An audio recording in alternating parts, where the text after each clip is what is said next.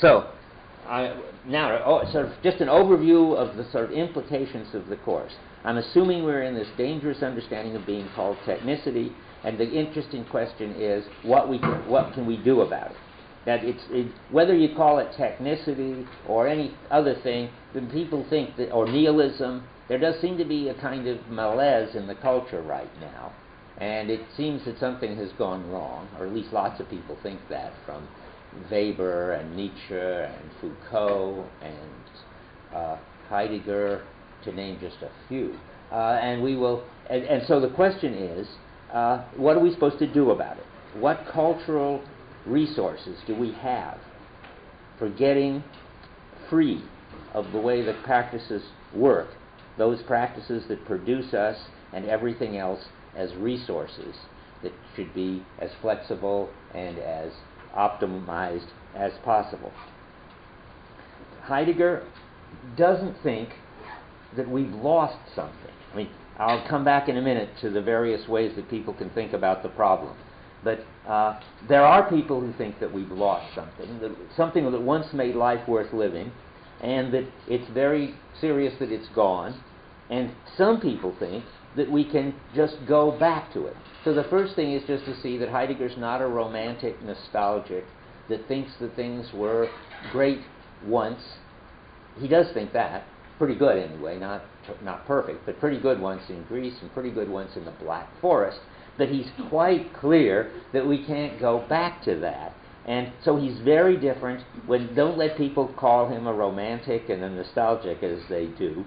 Romantics, people like Rousseau, who would like to return to some kind of perfectly innocent nature, and Wordsworth, who's sort of a kind of like, could be read like a deep ecologist who thinks that there is something special about nature and we've been cut off from nature, but we should get back in touch with nature.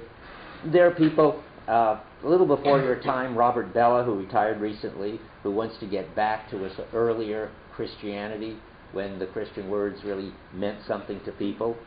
And I just read a book recently by a man named Richard Sennett called The Corrosion of Character, who obviously is in the subject-object stage and wishes that we were still subjects that had long-range life plans and character and could develop more and more into a strong identity and know who we were and pass this on, and our children would know who we were and would want to be like us and all that.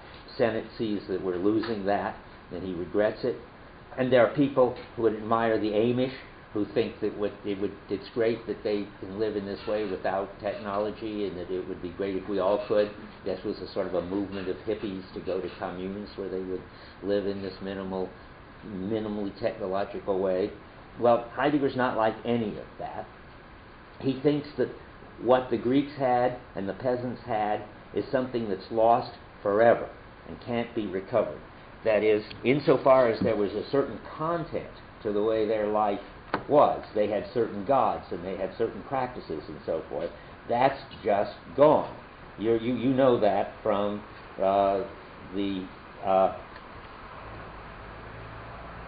from Poetry, Language, and Thought, for instance.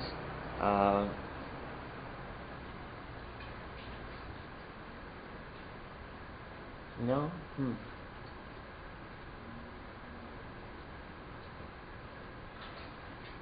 Wait a minute, I don't understand why I put this here.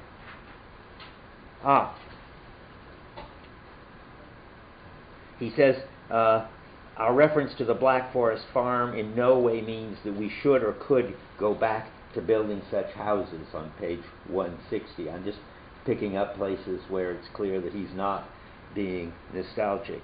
And another place is 165. I think.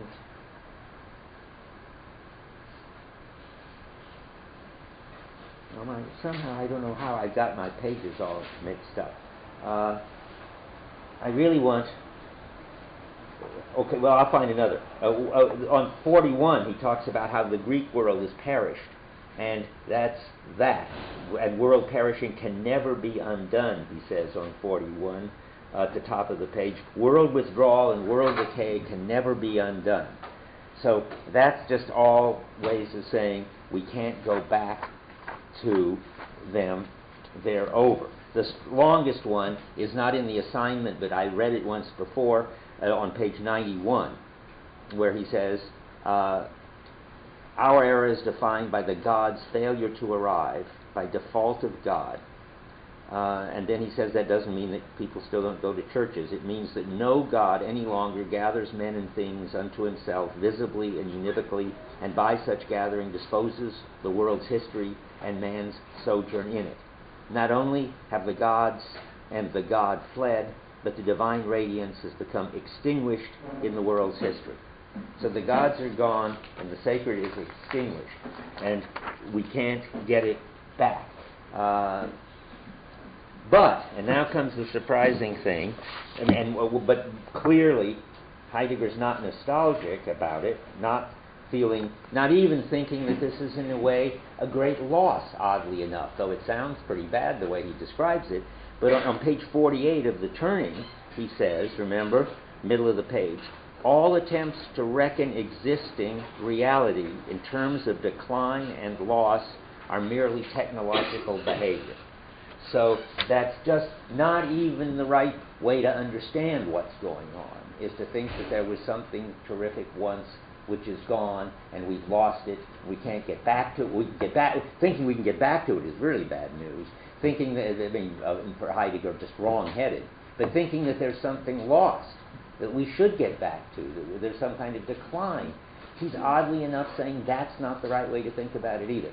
Now that's a clue that there's something really special going on in Heidegger that we've got to get clearer about. That's really what I want to talk about, and explain why he would say such a thing, that you can't even think that we've lost something. He says the gods are extinguished, the peasants have TV on their houses and have lost, have no more nearness, but boy, that looks like decline and loss.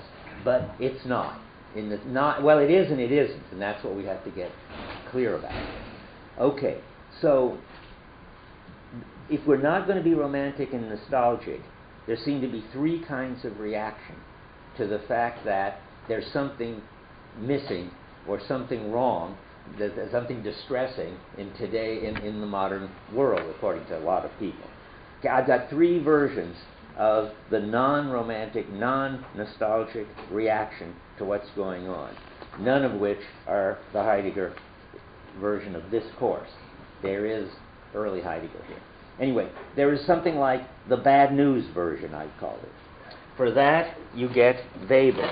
And Weber is famous for saying that, this is Max Weber. You may not have heard of him, although he's a famous sociologist. And I've used his phrase, he talks about the disenchantment of the world. He says, there are no longer any mysterious, incalculable forces that come into play, but rather one can, in principle, master all things by calculation. This means that the world is disenchanted. And the kind of disenchantment he has in mind is something you can't get back, because it's like innocence. Once you've lost it, there's no way to recover it. Or you could say it's like becoming rational and reflective.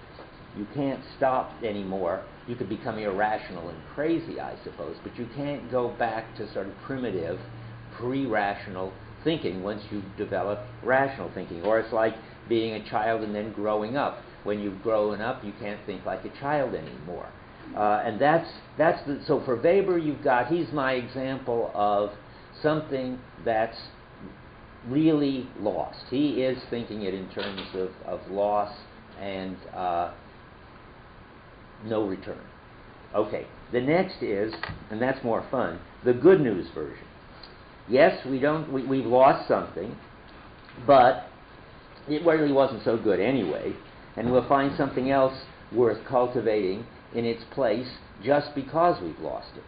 Well, the example I used of sort of going from childhood to being a grown-up is the way it looks to Habermas and Kantians. Yeah, we become rational and reflective, all right. Our world isn't enchanted anymore. We are now grown up and mature thanks to the Enlightenment.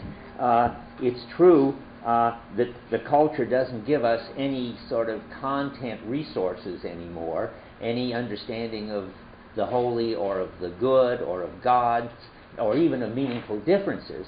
As Habermas says, we've got no resources left in our culture that can save us, or he wouldn't put it that way, but that will help us. But that's all right. That forces us to act on rational principles. And we should have been acting on rational principles all along. We shouldn't have been involved in this kind of just relying on whatever the ethics of the culture happen to be and the gods happen to be. We should be autonomous, rational, mature, and now we have to be. So it's a loss and good riddance. Now, there is the absolute opposite of Habermas, who also thinks it's a loss and good riddance, is Kierkegaard. It's as if I was starting with the first lecture of the Kierkegaard course because I was going to read one passage from Kierkegaard.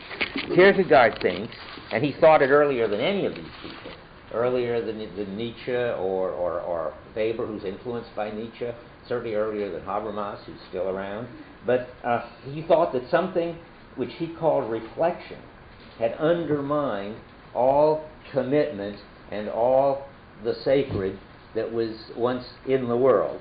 He says, and it's a great quote, from the present age, and so when the generation, that was his generation, 1850, that's when he wrote the present age.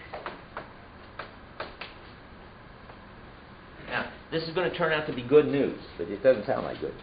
And so when the generation which itself desired to level and to be emancipated, to destroy authority, and at the same time itself, has through its skepticism,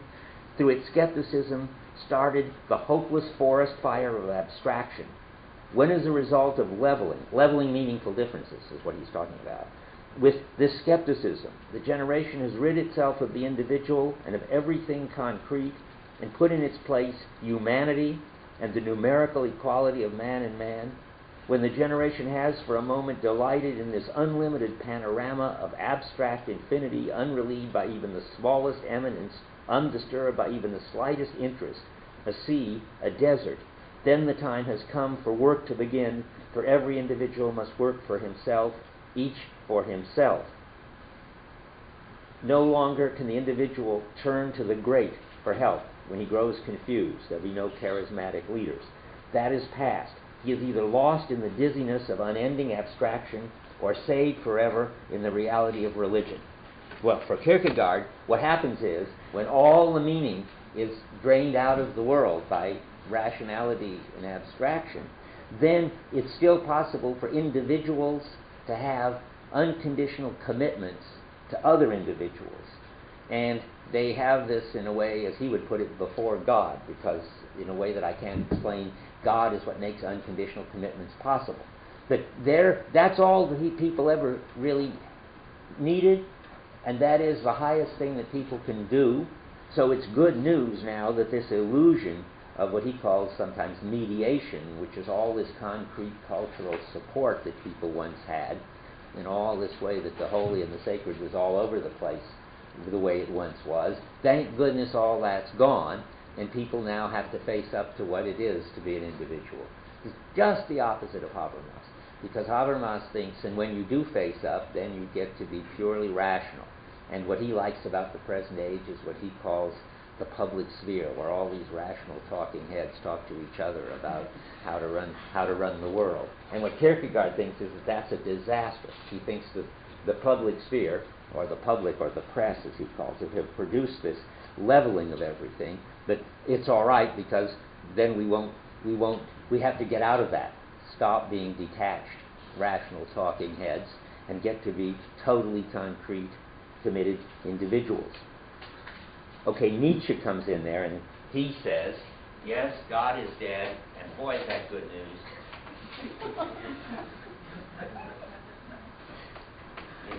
The gay science is just full of these wonderful quotes. I forgot to bring one in, that I never thought of bringing one in, where now a new day dawns, now we're free to go out on the ocean and sail anywhere.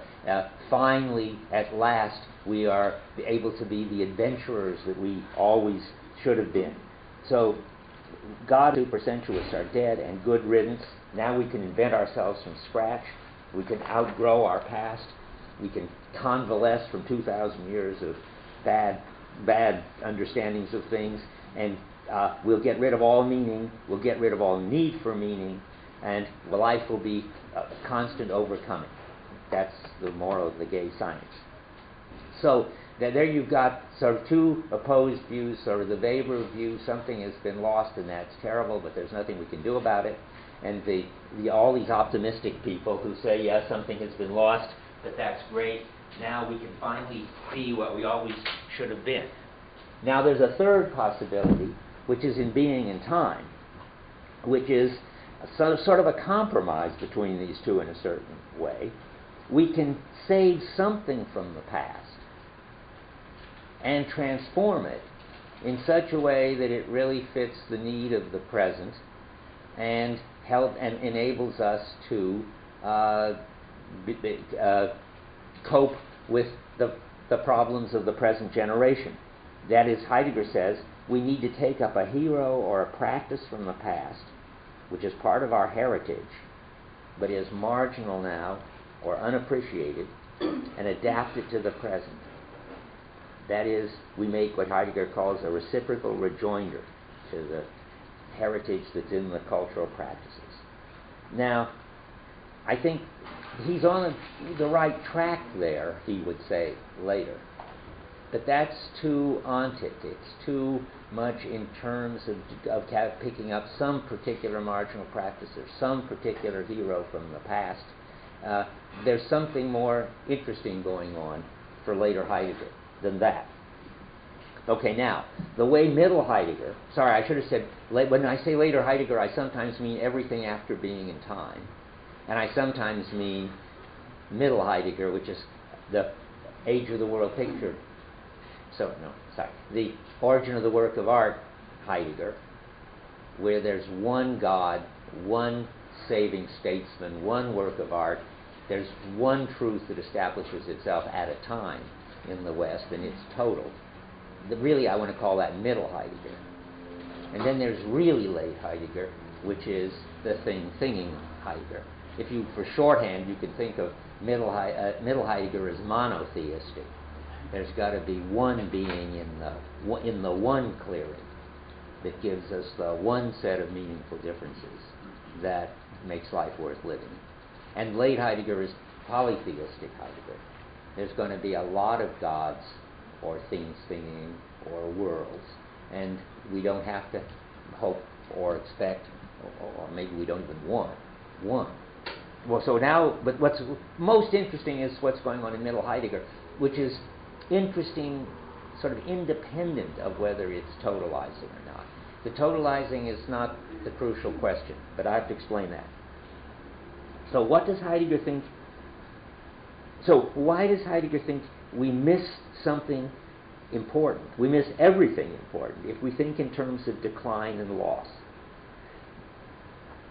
And the answer is, and this is the heart of what I want to say. This is really the whole, this sort of came to me as a flash, and I'm just expanding it. But the flash is the following: that if you think we've lost something, then you don't see, and then you begin to worry about what the cultural content is that we've lost, and whether we can retrieve it, or whether if we can't retrieve it, that's good news or bad news. That's what I've been talking about. But the basic wrong-headedness of all that is we haven't lost anything at all.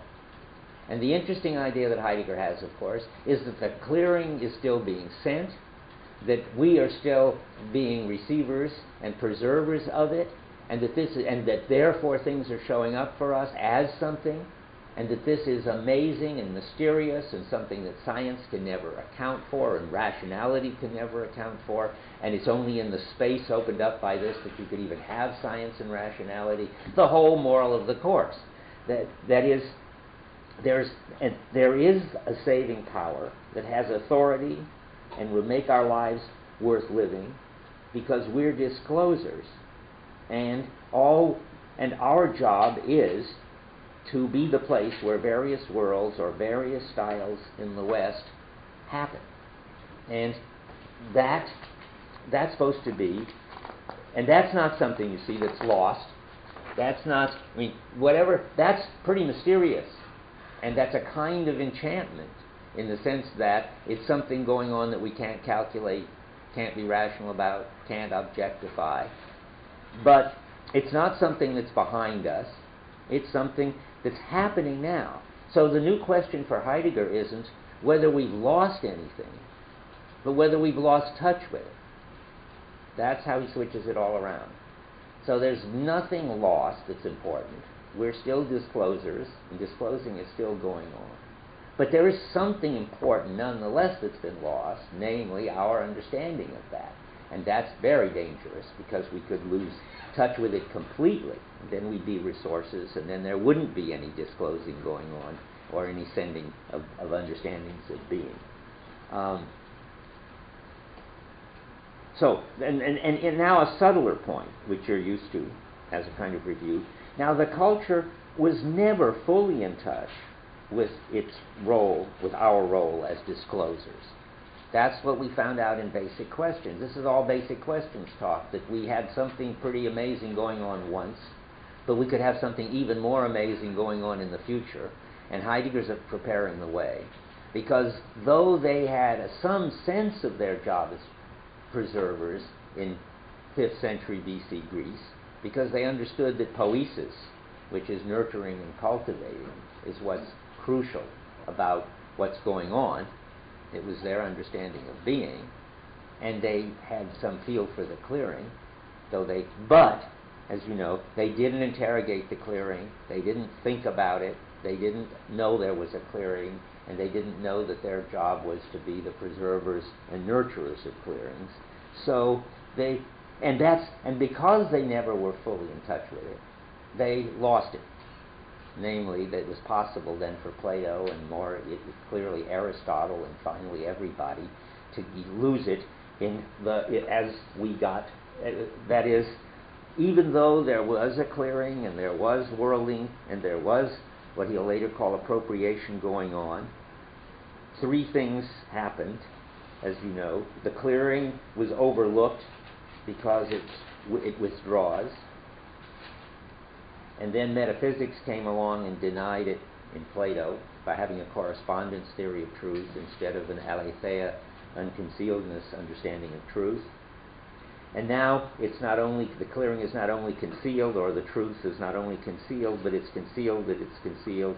We've even forgotten it. We've forgotten it. Those are Heidegger's stories. But none of them are stories about any thing that's lost. A thing isn't the right word. Any activity that's lost, any events, I don't even know how to describe it. That all that's important is going on anyway. But something lost, namely, we are out of touch with it.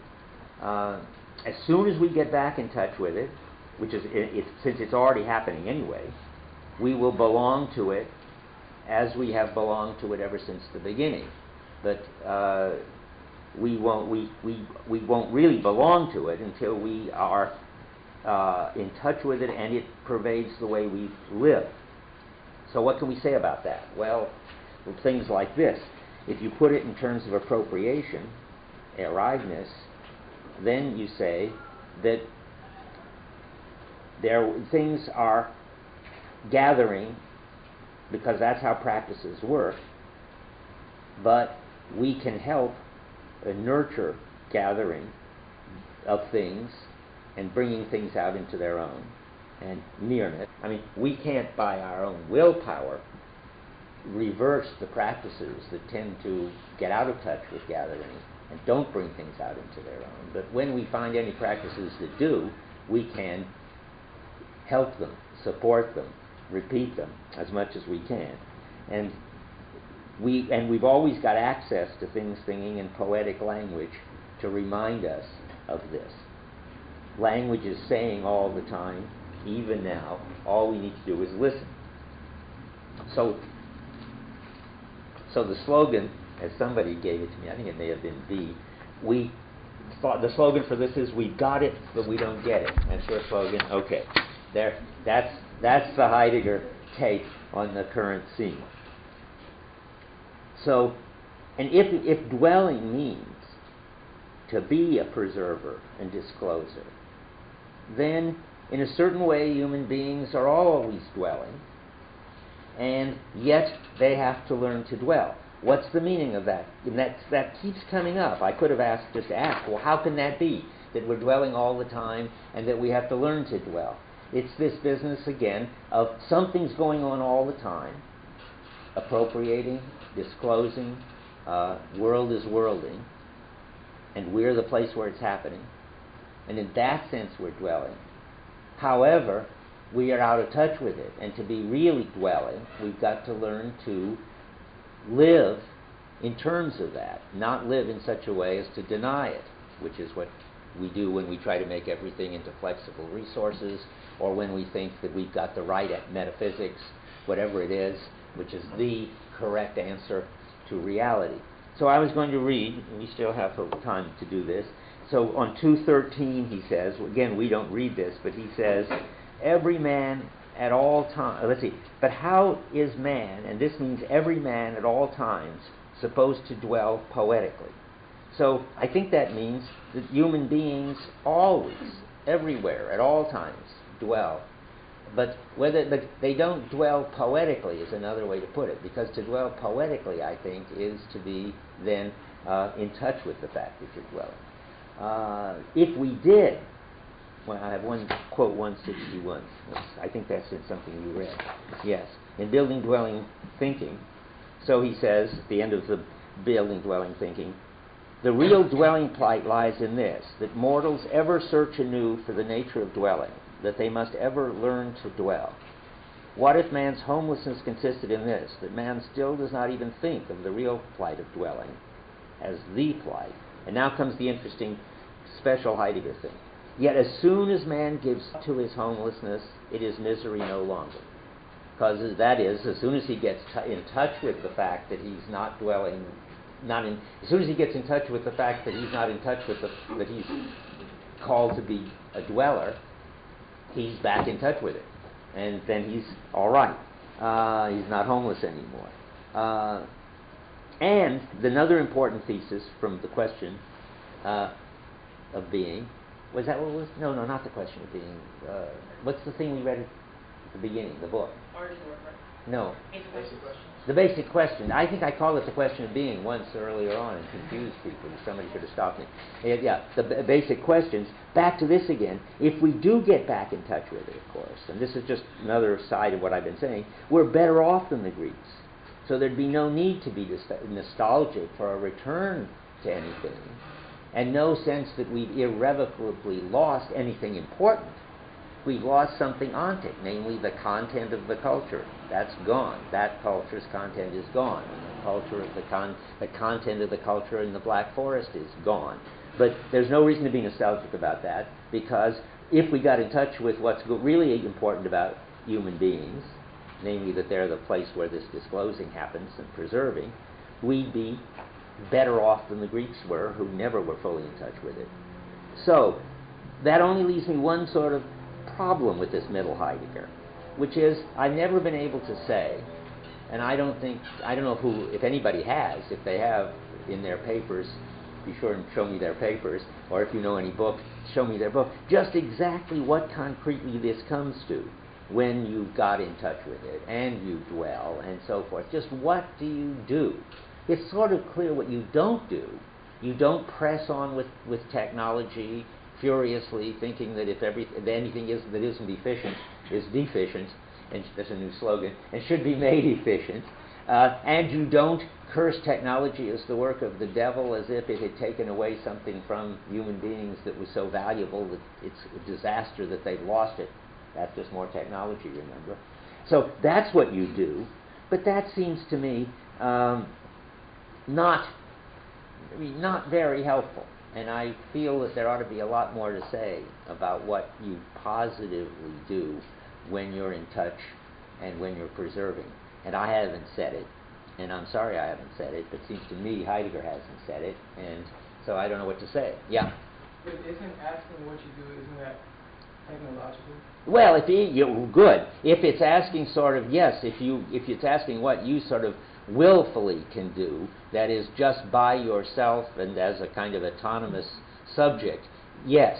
But it's not. But Heidegger is certainly not saying that you just have to sit back and be totally passive. It's not that either. You have to call it. It's this middle thing between action and passion or suffering or passivity. It's cultivating or nurturing. What you're supposed to be doing is preserving and nurturing those activities and those moments somehow when people are in touch, or when the culture is in touch, or when you're in touch with this disclosing. That's what you should do. And there's nothing wrong with that. I mean, it's not willful to try to help and preserve the humble thing, to preserve, but then it gets rather empty again. It's to preserve whatever happens when you're preserving this total understanding. See, I don't think this is going to get us anywhere. I'm not a middle Heidegger fan, finally, though I think it's a marvelous picture. And for me, I think it's probably even true of what was happening from 500 BC right through Nietzsche, the history of total understandings of being in the West. But it doesn't give me any feel of what to, not let's say do, but be responsive to, what to cultivate. Yeah. It seems like maybe that's why he switches to things singing. That's what I think.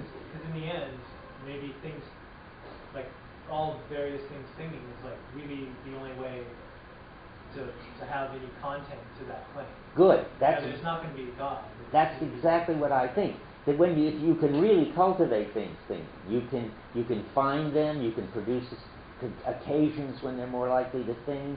This is the Borgman view that I like, that you nurture the focal practices wherever you find them. And there it seems to me Borgman gives you a lot more sense of something to do. So let me go on. You just went right ahead of where I am. The next sentence is, okay, now how about late Heidegger? How does he differ from this middle Heidegger? Well,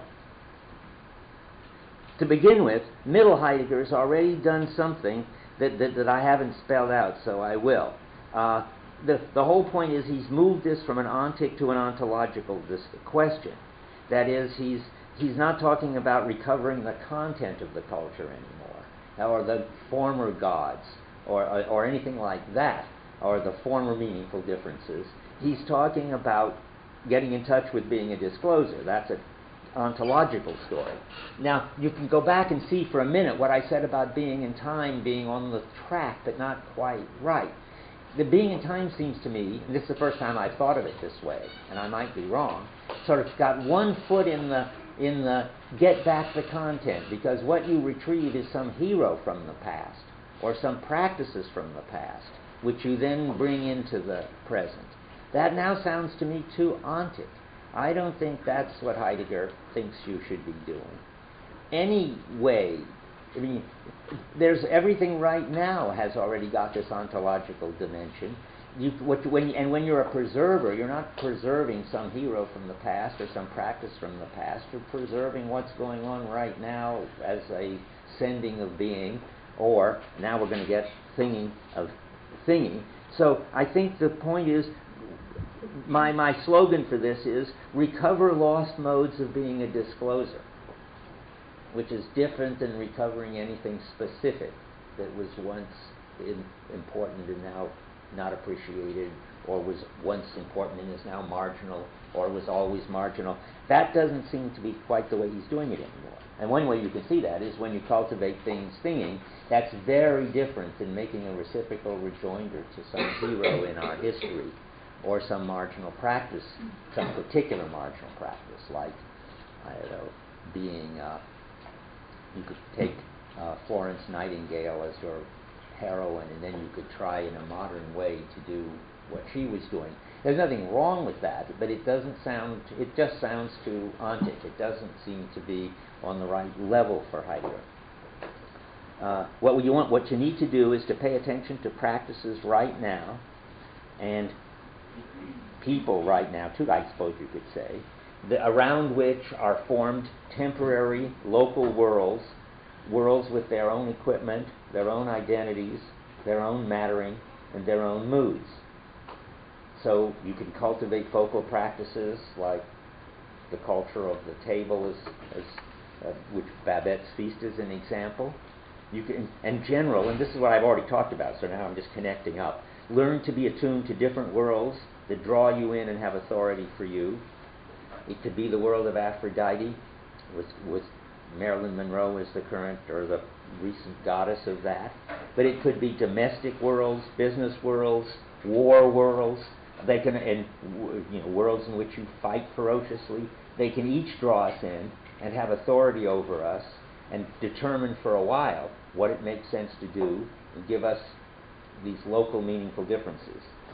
That would be enough to get rid of what did I already talk about what I call laid-back nihilism? I think I did once mention it. I mean, there's going to be a whole lot of different worlds. We're stuck in pluralism now, I think. That's why this total picture doesn't grab us anymore.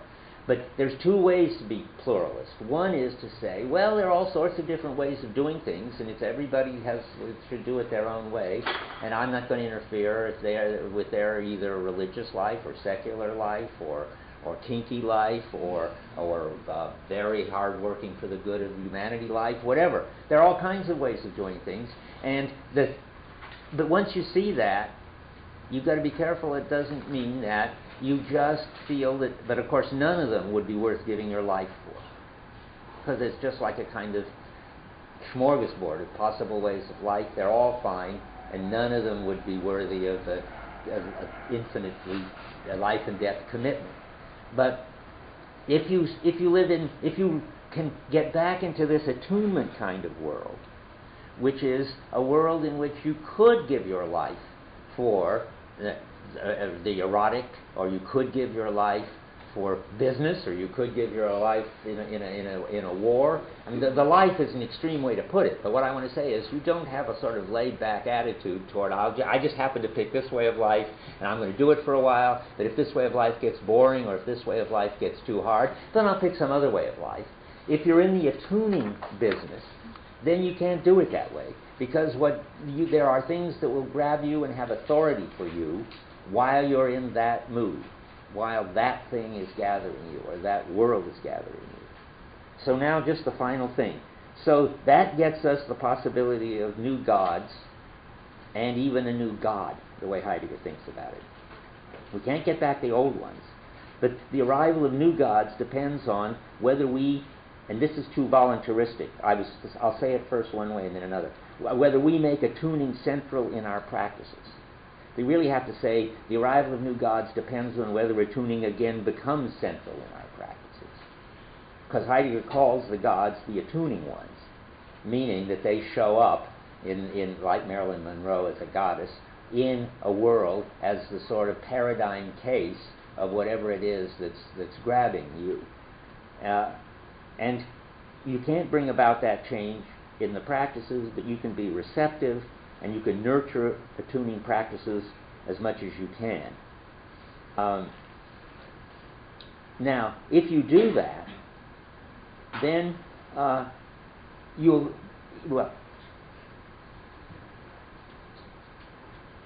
do I got here? Well, I put it in a funny order, but I know what I'm trying to say. Okay, there is attuning going on. There is gathering. There is appropriation going on, and you can cultivate getting in tune with it. Once you do that, it's possible, Heidegger thinks, that some new God will come along which will unify everything. He's always got, you make a place, a home for the gods, that's all you can help do. And you can't do anything about whether a God, not even a preserving sort of thing, you just have to be receptive and see if a God comes and lands in this landing field you've prepared for him. Then the new God could come along and reconfigure a new understanding of being, but the important thing, the way I see it, is you will be saved just by the humble things.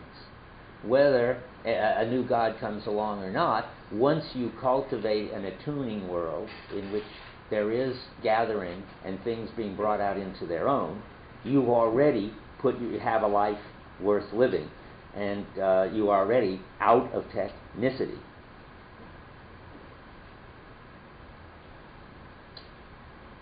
So now you can see how there's nothing been lost like innocence that happened once and doesn't happen anymore and can never happen again. That whole way of thinking about it, whether you're feeling bad about it or glad about it, is just the wrong way to think about it. Heidegger avoids the pessimism of Weber and the happy active nihilism of Nietzsche. He wants us to let being, well, finally, to put it in the most Heideggerianly megalomaniac way, there is hope that being is beginning to help us get back into the attuning world. And what's the hope? The existence of Heidegger. That being is operating through Heidegger. Heidegger is channeling being, and that's a sign that things are turning around. And after 2,000 years of downhill, look at this. A thinker who finally has got on to what's really important.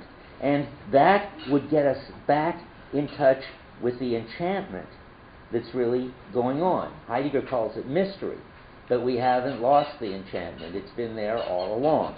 And I was going to end with Heidegger's little prayer for us, that it's at the end of the turning. Heidegger, who's sort of ahead of us, a prophet, prays for us in the last paragraph of the turning, and sort of summarizes, in my view, all the things that are going on and have always been going on as long as there have been human beings with worlds, and that we've been out of touch with. He's praying for us, hoping for us, that we will listen to him and get back in touch with it. May world in its worlding be the nearest of all nearing that nears, as it brings the truth of being near to man's essence, and so gives man to belong to the appropriation that is bringing into its own. Okay, that's my summary.